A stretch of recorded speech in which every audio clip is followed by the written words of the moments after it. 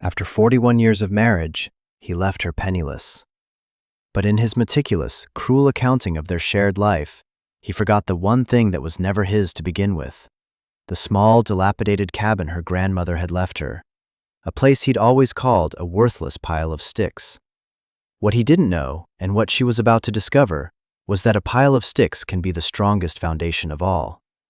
If you've ever been underestimated or had to start over when you thought the story was already written, I want you to hit that subscribe button. Because this channel is for us, the ones who find our strength when we have nothing left to lose. The lawyer's office was the color of forgetting. Beige walls, beige carpet, a beige pot holding a plastic plant that would never grow and would never die. It was a room designed to neutralize emotion, to render grief and fury into manageable, billable hours. Ms. Chen, a woman half my age, with eyes that were somehow both kind and completely unreadable, slid a single sheet of paper across the polished surface of the desk. It wasn't a long letter. Richard had never been a man for sentiment. His cruelty was efficient. He liquidated the joint savings and investment accounts 2 months ago, Eleanor, Ms. Chen said, her voice a soft, steady instrument of devastation. He then used a power of attorney you signed back in 2015, for his heart surgery, you'll recall, to remortgage the house to its maximum value. The funds were wired to an offshore account. The house is in foreclosure. The creditors have already begun proceedings. I stared at the paper. It was just a summary, a neat column of figures with parentheses around them, like little sad mouths. 41 years, summarized in brackets. 41 years of packing his lunches, of raising our 2 children, who are now grown and gone with their own lives, of rubbing his feet after a long day, of believing we were a we. All of it, gone, drained, siphoned away into an account in a country I couldn't even find on a map. I felt nothing. It was a strange, hollow sensation, like I was watching a movie about some other poor, foolish woman. The woman on the screen was numb, her hands resting in her lap, her sensible shoes flat on the floor. She looked tired. The cars? I heard myself ask. My voice was thin, a stranger's voice. Both were leased. The company repossessed them this morning. The credit cards, I'm afraid, are maxed out, and they are in your name as well as his. Of course they were. I remembered the day he'd added my name. He'd said it was for protection, in case something happened to him. A thoughtful gesture. That was Richard. Always thoughtful, right up until the moment he gutted you. A quiet, methodical demolition. He hadn't even had the decency to be loud about it. No shouting match, no dramatic exit, just a note on the kitchen counter next to the coffee maker. I've gone. Don't look for me. I'd thought he meant he'd gone to the hardware store. I'd waited 2 days before the cold dread began to seep in. So there is nothing, I said. It wasn't a question. It was a statement of fact, as plain as the beige walls around me. Ms. Chen steepled her fingers. It was a lawyerly gesture, one I was sure they taught in a class called How to Look Calm While Delivering Life-Shattering News. Financially, from the marital assets, that is correct. Richard was thorough. Thorough. That was a word for it. Malignant was another. Predatory. I thought of the last time I saw him. He'd kissed my cheek, told me he was going on a fishing trip with some old colleagues. He'd even packed his tackle box. I'd waved from the doorway of our beautiful, mortgaged-to-the-hilt home. A home I now understood I had merely been housekeeping for a thief. The sheer premeditation of it all was what took my breath away. This wasn't a sudden affair, a midlife crisis. This was a long con. My life had been a long con. I looked down at my hands. They were my mother's hands, now. The knuckles were a little swollen, the veins more pronounced. These hands had changed thousands of diapers, cooked thousands of meals, held his hand through illnesses and job losses. They had gardened and painted and scrubbed and soothed. They were good hands, and now they were empty. However, Ms. Chen said, leaning forward slightly. The shift in posture was so minute it was almost imperceptible, but in that sterile room, it felt like a seismic event. She reached into a different folder, a thinner one, made of worn, faded cardboard. There is one asset that was not marital, an inheritance. Something passed directly to you, and only you, years before the bulk of your shared assets were accumulated. She slid a different document across the table. It was a deed, old, typed on a machine that punched the letters into the thick, fibrous paper. The ink was faded to a soft gray. At the top, in elegant, spidery script, was my grandmother's name, Clara May Thompson. At the bottom, in the same script, was mine, Eleanor Vance. "The cabin," I whispered. "The cabin," Ms. Chen confirmed. 1.5 acres of land and a structure in Blackwood County. Your grandmother's will was ironclad. It passed from her to you with the stipulation that it could never be used as collateral or co-signed to a spouse. It was yours alone. It appears, in his very thorough accounting, Mr. Vance either forgot about it or, more likely, dismissed it as worthless. Worthless. A pile of sticks. I hadn't been there in 30 years. Richard hated it. No electricity, no plumbing, too many bugs, too far from a decent restaurant. Every excuse was a wall he built around me, separating me from that part of my past. From her, my grandmother Clara.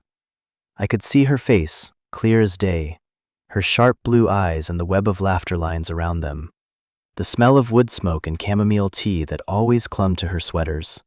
She had been the anchor of my childhood, a bastion of fierce, unconditional love. She died when I was 22, a year after I married Richard. She'd met him only twice. She never said she disliked him. She didn't have to. Clara had a way of being silent that was louder than most people's shouting. I looked at the deed in my hands. It was more than paper. It was a lifeline. A thin, brittle thread thrown across a chasm of 41 years. I had no money, no home, no husband. But I had a pile of sticks on a forgotten patch of dirt. And for the first time in that beige, airless room, I felt the tiniest flicker of something. It wasn't hope. It was more primal than that. It was a choice. I could crumble, or I could go to the one place that had only ever been mine. The decision wasn't really a decision at all. It was an inevitability, the only logical step when every other path has been dynamited behind you. I went back to the house, his house, the bank's house, and walked through the rooms that suddenly felt like a stranger's. The indentation on his side of the bed, the coffee cup he preferred, sitting clean in the dish rack. Each object was a tiny betrayal, a piece of a life that had been a lie. I had spent 4 decades building a home, and it turned out I had just been curating a museum of my own deception. I packed a single suitcase. What do you take with you when your life has been stripped for parts? I took my mother's wedding ring, which I wore on my right hand. I took 3 sweaters, a few pairs of sturdy pants, my warmest boots. I took the photo album from before I was married, the one filled with pictures of me and my parents, of summers spent with Clara at the cabin. The girl in those photos looked fearless. I didn't recognize her. Lastly, I packed a thick wool blanket and every bit of non-perishable food from the pantry. A few cans of beans, a bag of rice, a jar of peanut butter. It wasn't much, but it was a start. Leaving the house was the hardest and easiest thing I had ever done. I didn't look back. I closed the door on 41 years of ghosts and walked to the bus station downtown, my suitcase bumping along behind me like a loyal, weary dog.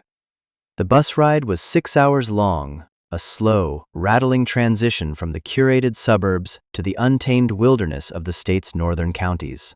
The landscape changed in increments.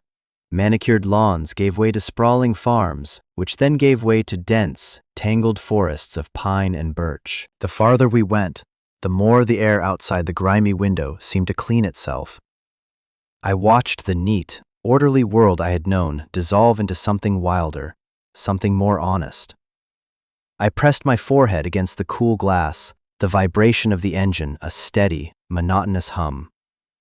For the first time in weeks, the roaring in my own head began to quiet. I wasn't running away from something.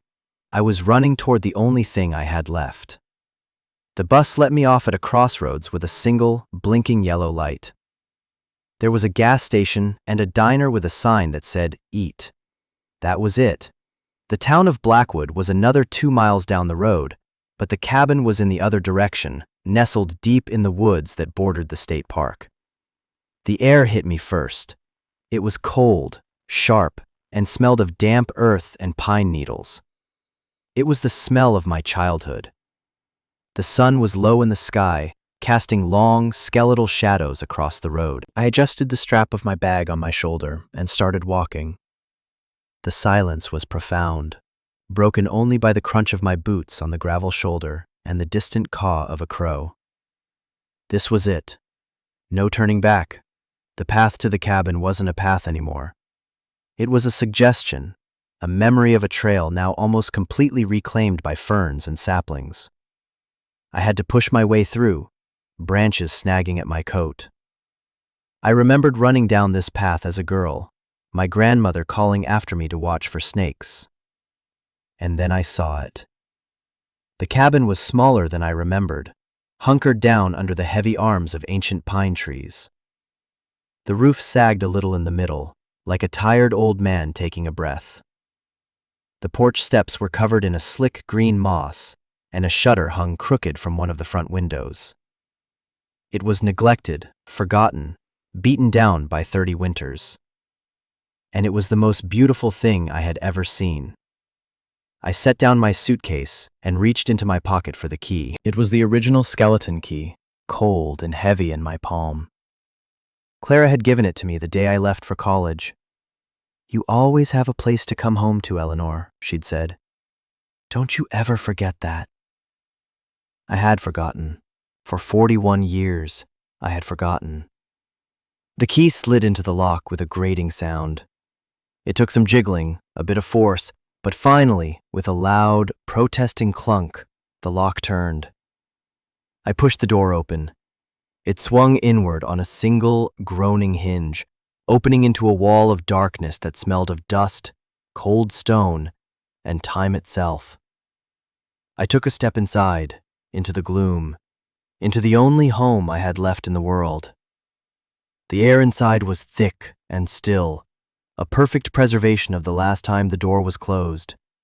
Dust motes danced like tiny fairies in the single beam of light slanting from the open doorway.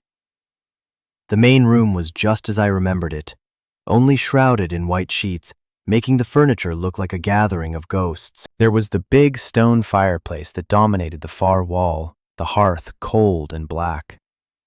The sturdy oak table where my grandmother and I would play cards, its surface hidden. The 2 rocking chairs angled toward the hearth, waiting for a conversation that had ended decades ago. I walked to the nearest window and struggled with the latch. It was swollen with damp, but I forced it open. Cool, fresh air flooded the room, stirring the dust and disturbing the perfect stillness. I went around the room, opening the other windows, letting the late afternoon light pour in. Then I started pulling off the sheets. I folded each one carefully, the puff of dust making me sneeze. There was the worn floral sofa, the armchair with the patch on the arm where Grandpa Joe had spilled pipe ash. There was the bookshelf, still packed with Clara's books, dog-eared paperbacks, field guides to birds and mushrooms, thick historical novels. Running my fingers along their spines was like shaking hands with old friends.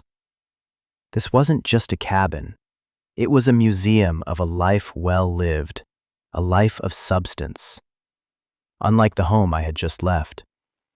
In the small kitchenette, I found a stack of tin plates and a pump handle next to the dry sink.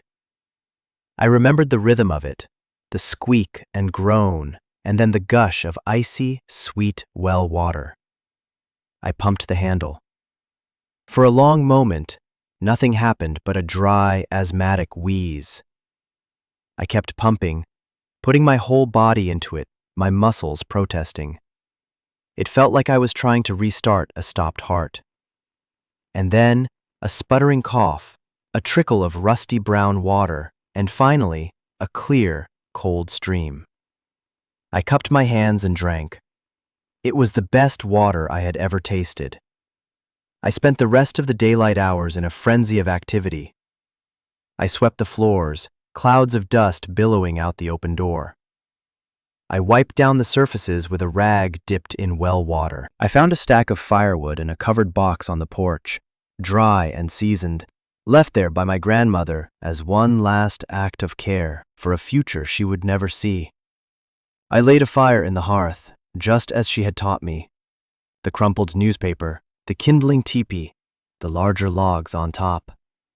It took me 2 matches, but the flame caught, licking the old wood, and a plume of smoke, for the first time in 30 years, curled up the chimney. As warmth began to bleed into the room, chasing the chill from the stone and wood, I felt a sense of ownership, of purpose, that I hadn't felt in years. This was real work. It had immediate, tangible results. You sweep a floor, it becomes clean. You build a fire, it gives warmth. My life with Richard had been the opposite. All my work had vanished, leaving nothing behind. As darkness fell outside, I sat in one of the rocking chairs, the firelight dancing on the walls. The cabin was still rustic, still rough, but it was alive again. It was breathing with me. It was in that quiet moment, staring into the flames, that I felt the first real pang of grief. Not for Richard, not for the life I'd lost, but for my grandmother. A deep, aching sorrow for the woman who had loved me so fiercely, whose protection had reached across time to catch me when I fell. My gaze drifted to the small bedroom off the main room. Her bedroom. I hadn't gone in there yet.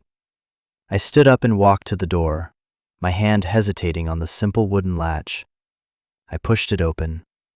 The room was Spartan. A single, iron-frame bed, a small wooden dresser, a braided rug on the floor. The air in here was even more still, more personal. It smelled faintly of lavender, the way her clothes always did. The bed was neatly made, covered with one of her handmade quilts. I ran my hand over the intricate stitching.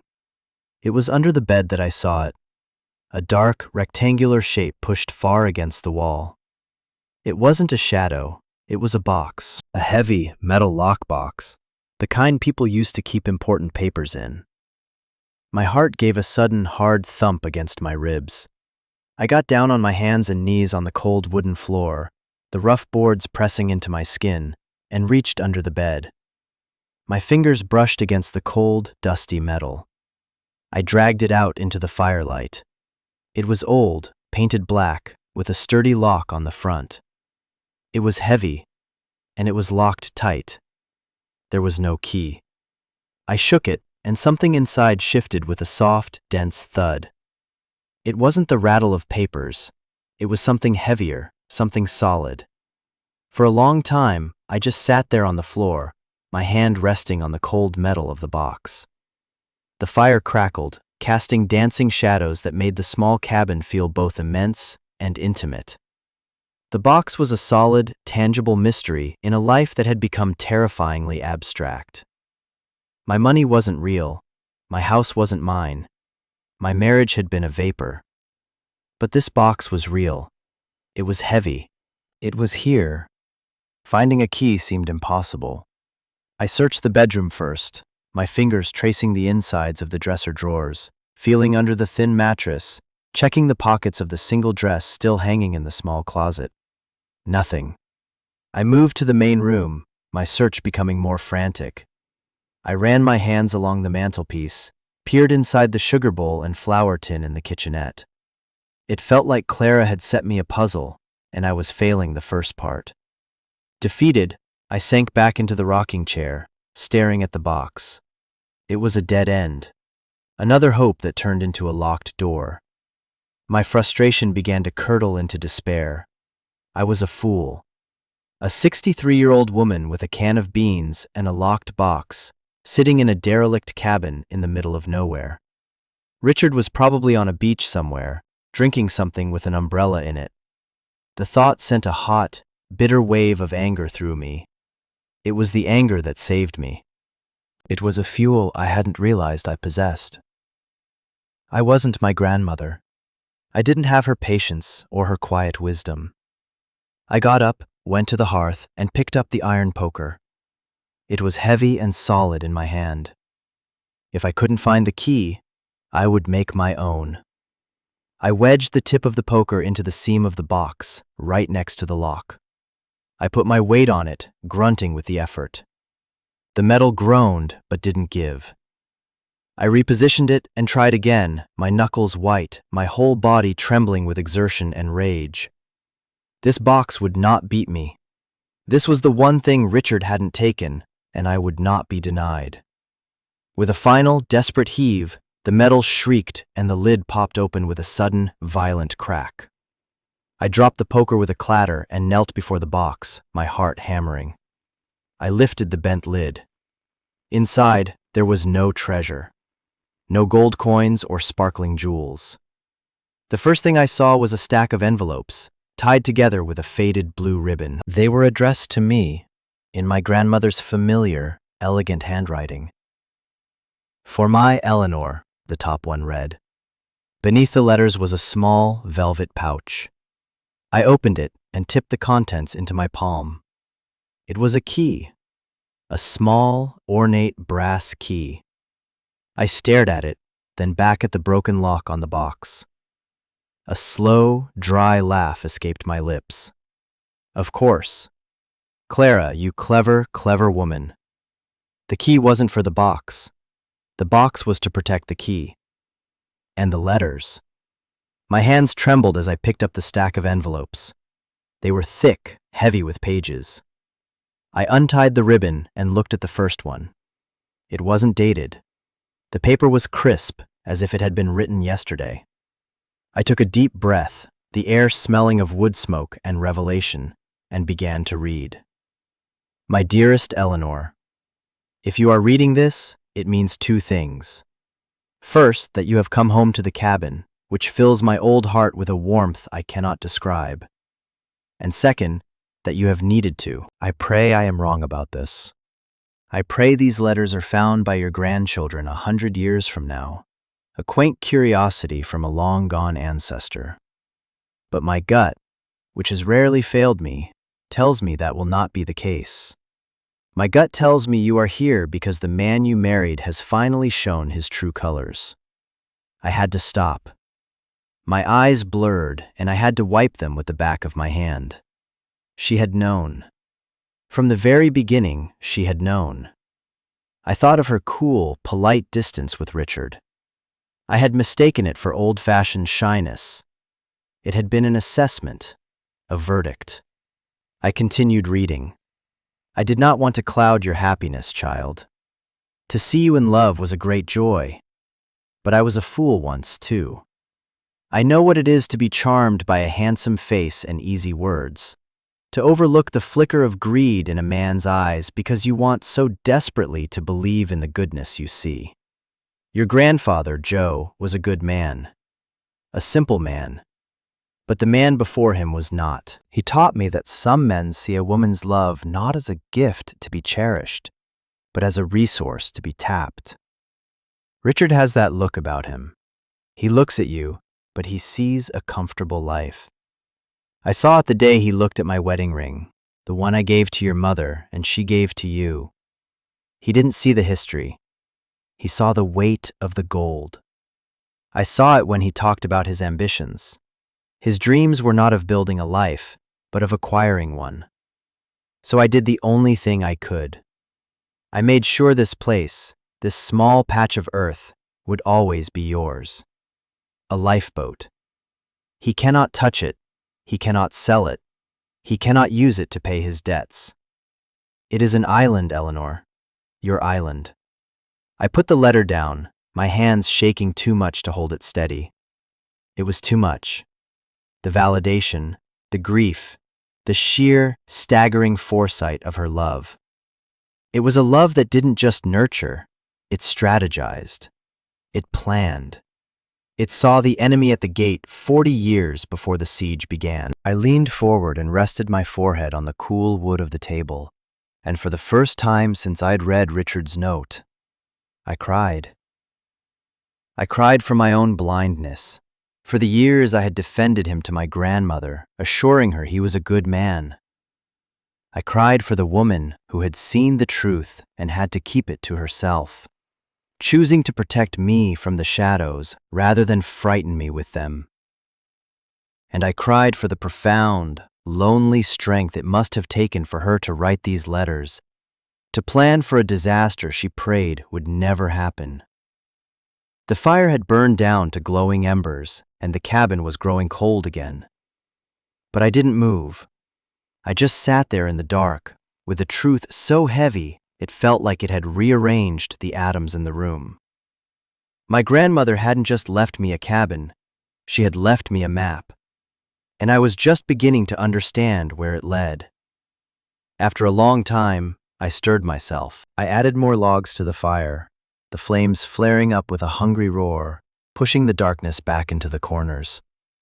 I made myself a cup of tea on the small camp stove I'd found, my hands cupped around the warm mug. My tears had been a release, a scouring of the numbness that had encased me for weeks.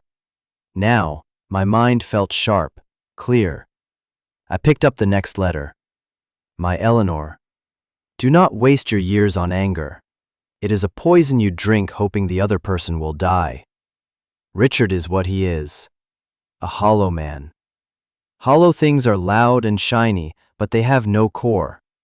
You have a core, child. It was forged in these woods, in this very cabin. You learn to be quiet, to observe. You learn to tell the difference between a cardinal and a tanager, between the scent of rain and the scent of snow. You learn to be patient. These are not small things, they are the tools of survival. I want to tell you about this land. It is not just 1.5 acres. Your great-grandfather, my father, was a surveyor. He was a quiet, meticulous man who believed in owning the ground beneath his feet.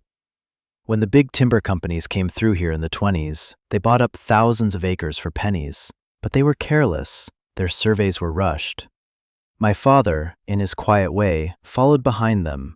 He found slivers of land they missed, oddly shaped parcels, forgotten corners.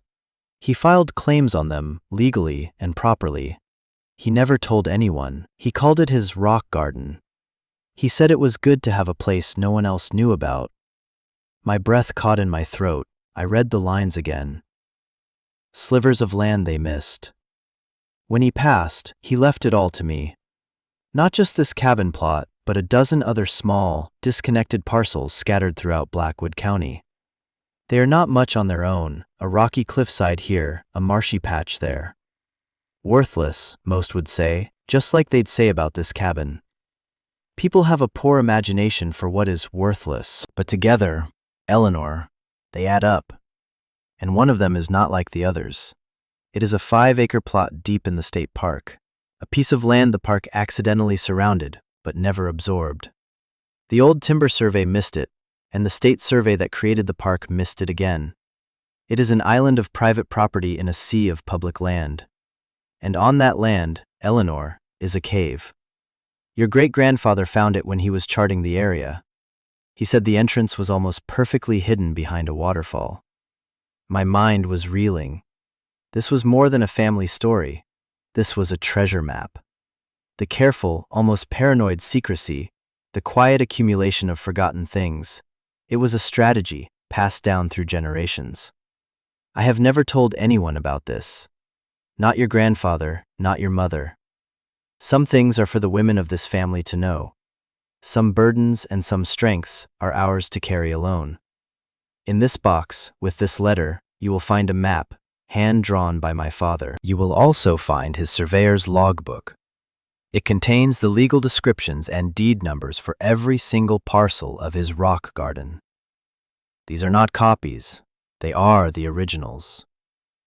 The county clerk's office burned down in 1958. Their records are a mess.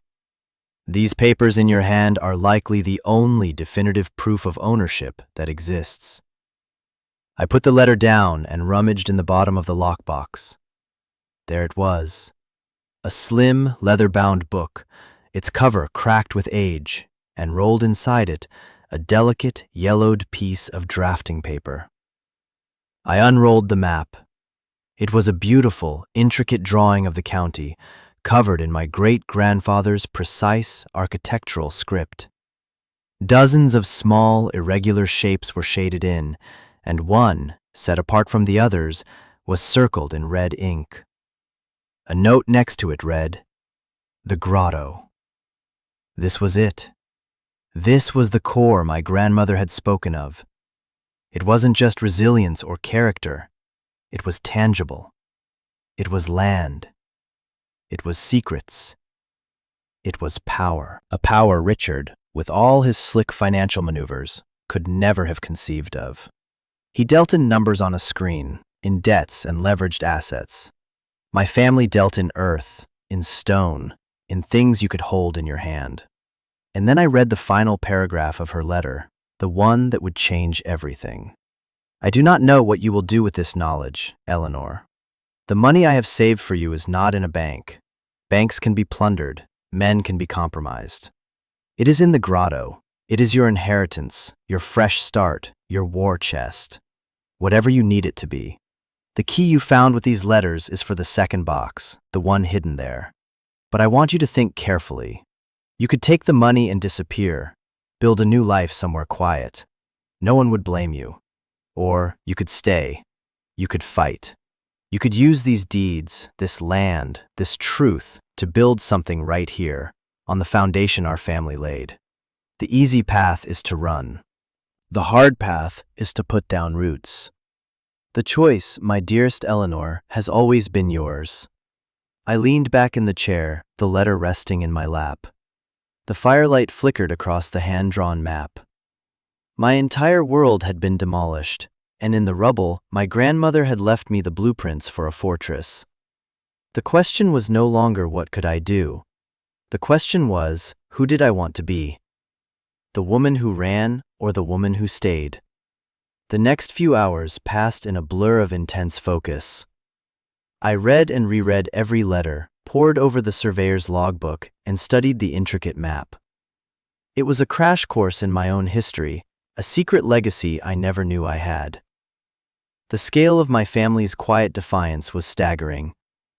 They hadn't been simple country people, they had been custodians of a hidden kingdom disguised as a rock garden. The anger I had felt toward Richard began to transform.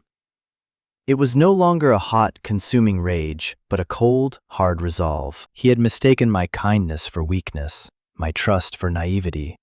He had underestimated me. He had underestimated my family.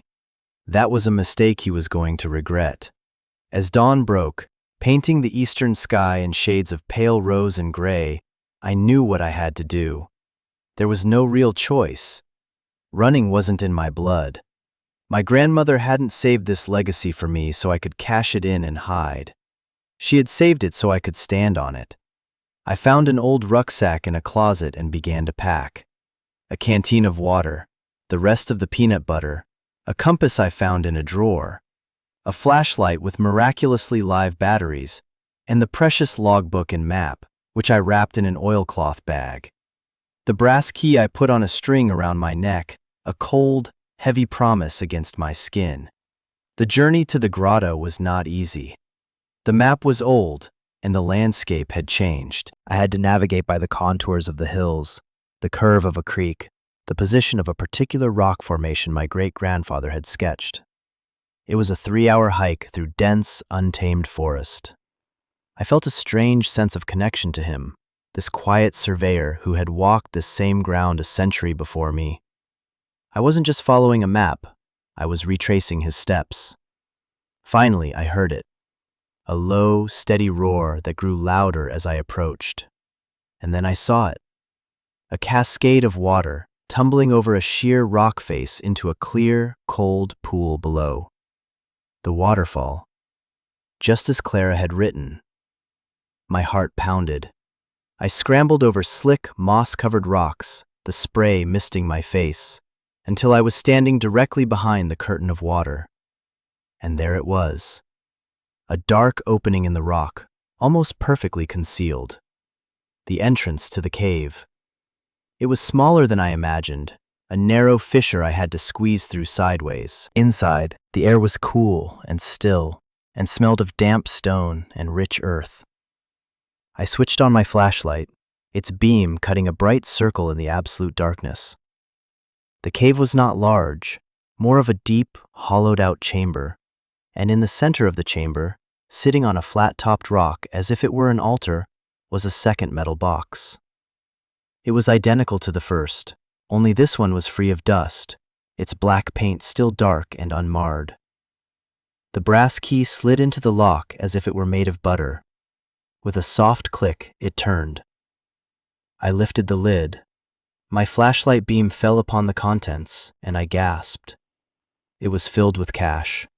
Neat, tight bundles of it, old bills mostly, wrapped in paper bands. But that wasn't all. Beneath the money were more documents. Deeds, mineral rights surveys, and a thick envelope with Ms. Chen's name written on it in my grandmother's hand. Inside that envelope was a letter and a detailed accounting of Richard's finances, accounts he thought were secret, shell corporations, a history of shady deals going back 20 years. Clara hadn't just been suspicious, she had been investigating. She had hired a private detective. She had been building a case against him for 2 decades, just in case. This wasn't just a lifeboat anymore. This was a battleship.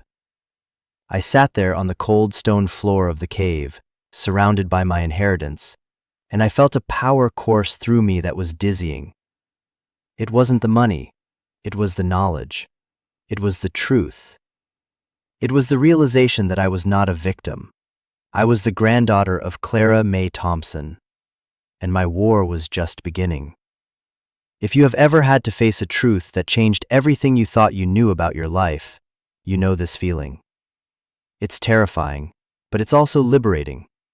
It's the moment you stop being a passenger and grab the wheel. If this story is speaking to you, if you're finding a piece of your own journey in mine, I want you to take a moment and let me know in the comments.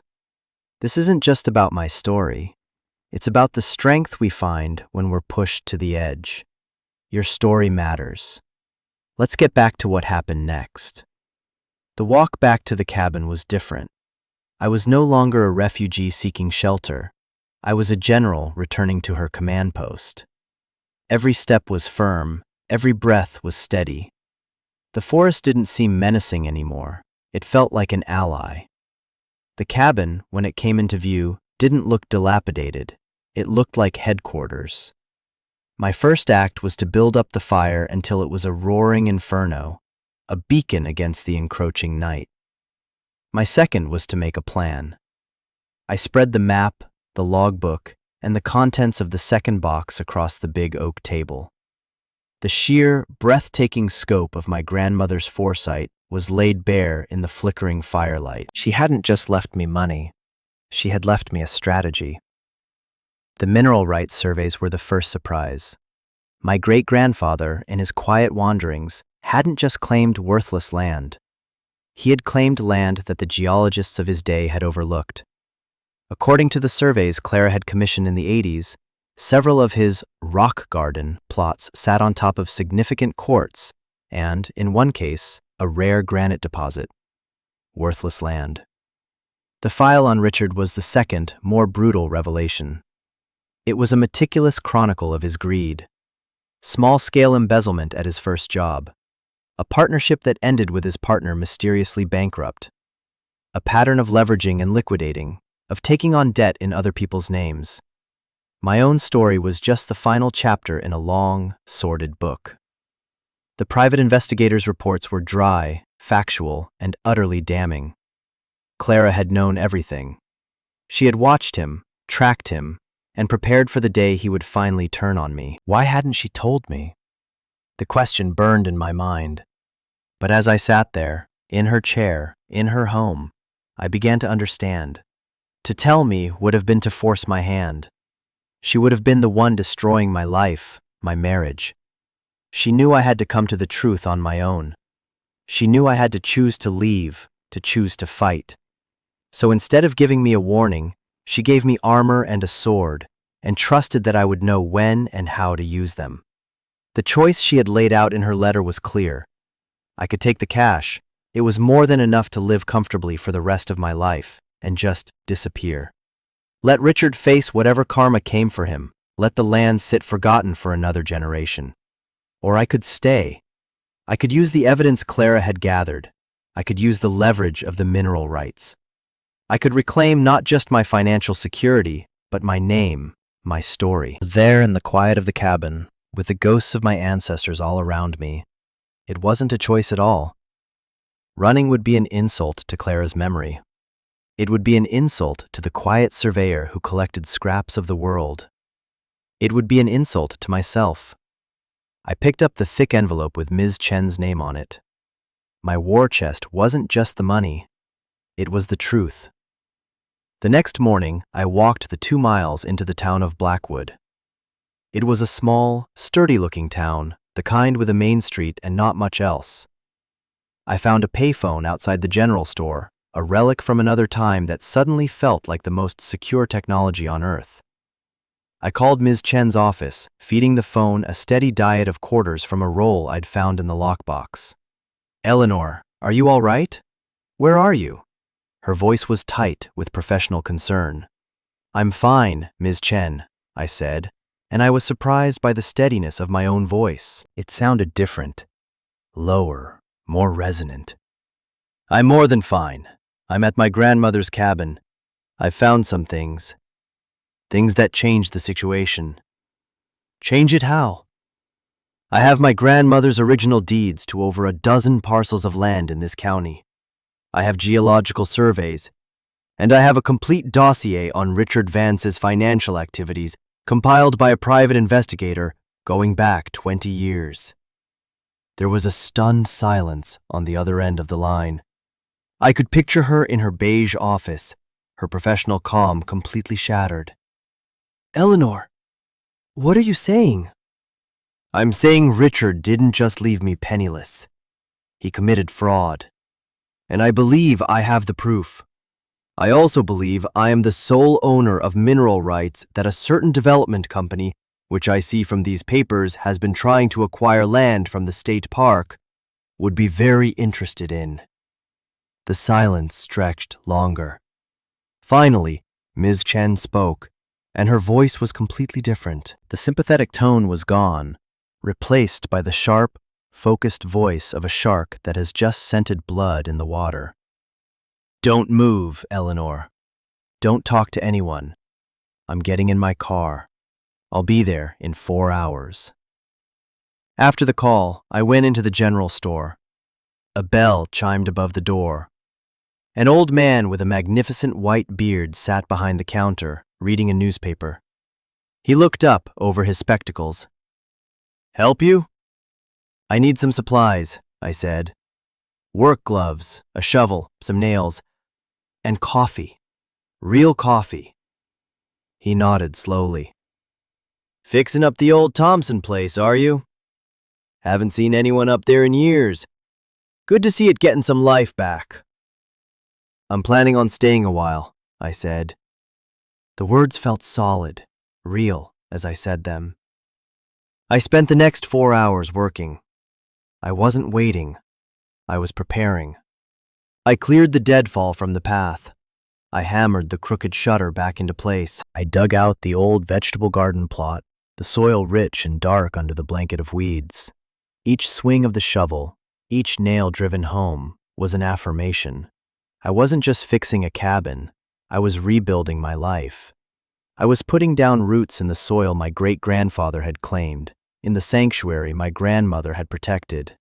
When Ms. Chen's sleek, expensive car finally pulled up, she found me not huddled and waiting, but covered in dirt, my hair tied back, my hands raw, and a pile of freshly split firewood stacked neatly on the porch. She stepped out of her car, her city shoes looking absurdly out of place, and stared at me. The woman she saw was not the broken, numb client who had sat in her office 2 days ago. This was someone else entirely. This was Clara's granddaughter. The weeks that followed were a strange mixture of quiet, physical labor and distant, strategic warfare.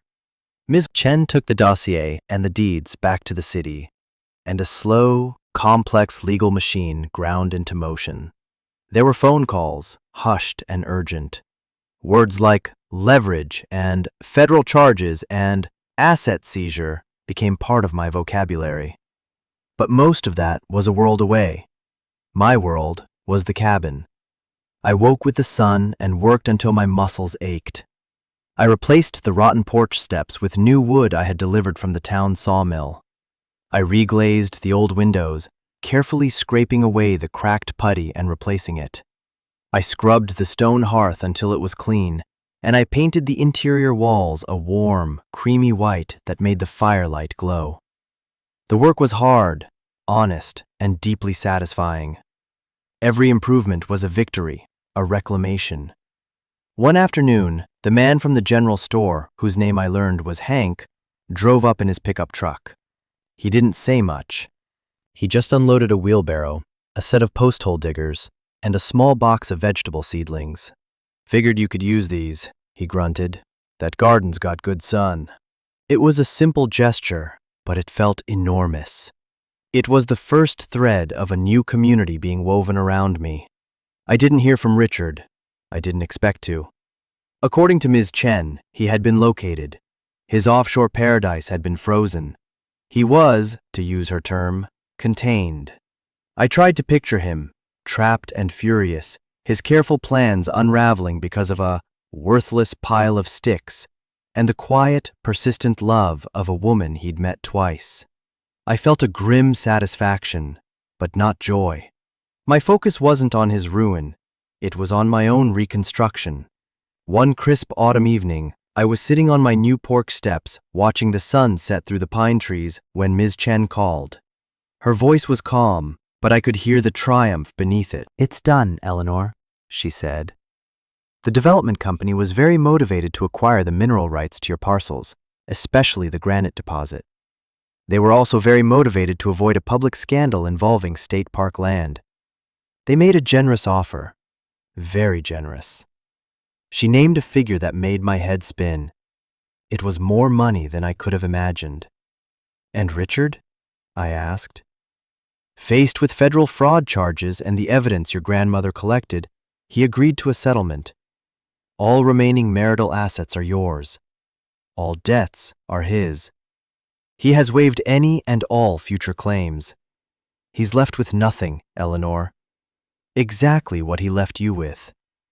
I was quiet for a long moment, listening to the wind in the trees. I had won. Clara had won. But it didn't feel like the explosive victory I might have imagined. It was quiet. It was solid. It was the feeling of a foundation settling firmly into the earth. "Eleanor?" Ms. Chen asked. "Are you there?" "I'm here," I said. "Thank you, Ms. Chen, for everything." "You did the work, Eleanor," she said, and for the first time, I heard real warmth in her voice. "You just needed the tools." After I hung up, I didn't move. I just sat there as the sky turned from orange to deep violet and the first stars appeared. The money was a good thing. It meant security. It meant I could restore the cabin properly, maybe even help Hank fix the roof on the general store. But it wasn't the prize. The prize was this: the cool, clean air in my lungs, the solid wood of the steps beneath me, the quiet strength I felt in my own bones. The prize was knowing that I was not the woman who had walked into that beige office. I was a woman who knew how to build a fire, how to read a map, how to start again. I was home. Winter came to the mountains, blanketing the world in a deep, cleansing white. The legal battles were over. The money was in a trust managed by a ferociously protective Ms. Chen. And Richard? Well, Richard was just a ghost, a cautionary tale. My life narrowed to the simple, satisfying rhythms of the cabin. Chopping wood, tending the fire, reading the books on Clara's shelves, and watching the snow fall. The silence wasn't empty, it was full. It was full of the presence of my grandmother, of the pride of my great-grandfather. It was full of my own newfound peace. I learned the patterns of the winter birds, the tracks of the deer that came to the edge of the clearing. I was no longer an observer of nature. I felt like a part of it. I had thought, for 41 years, that home was a place you shared, a place defined by another person. I thought home was a beautiful house in the suburbs, a 2-car garage, a life that looked perfect from the outside. I had been wrong. Home wasn't a place another person could give you or take away from you. It wasn't something that could be mortgaged or liquidated. Home was a quiet, unshakable thing you built inside yourself. It was the strength to face the storm, the wisdom to find the hidden path, the courage to rebuild from the ashes. My grandmother hadn't just left me a cabin and some money. She had left me the blueprint for my own soul. I look out my window now, at the snow-covered pines, and I think about the woman I was. The scared, numb, broken woman who thought her life was over. I wish I could go back and tell her that this was not an ending. It was a beginning. That betrayal would be the catalyst for her own becoming. That being left with nothing would be the gift that allowed her to find everything. This story, the one I'm telling you now, isn't really about a bad husband or a hidden inheritance. It's about the foundations we build our lives on. For so long, I built mine on the shifting sands of another person's approval. Now, I'm building it on the bedrock of my own strength. A bedrock that was there all along, buried deep beneath the surface. My grandmother knew it was there. She just had to trust that I would be willing to dig. If you have made it this far, thank you. Thank you for sitting with me, for listening not just with your ears, but with your heart. My story is my own, but I know that the themes of loss, of resilience, of finding your way back to yourself are universal. We all have a cabin somewhere inside us, a place of strength we may have forgotten about. I started this channel to share stories like this, stories about the quiet, incredible strength of ordinary people who have been through extraordinary things. If that's a community you want to be a part of, please subscribe. And I want you to do one more thing for me. In the comments below, I want you to tell me about a time you found strength you didn't know you had. It doesn't have to be a big, dramatic story. It can be a small moment of choosing to go on, of taking one more step. I will read every single one. Because in sharing our stories, we remind each other that we are not alone. And we remind each other that no matter how deep the winter, spring always, always comes.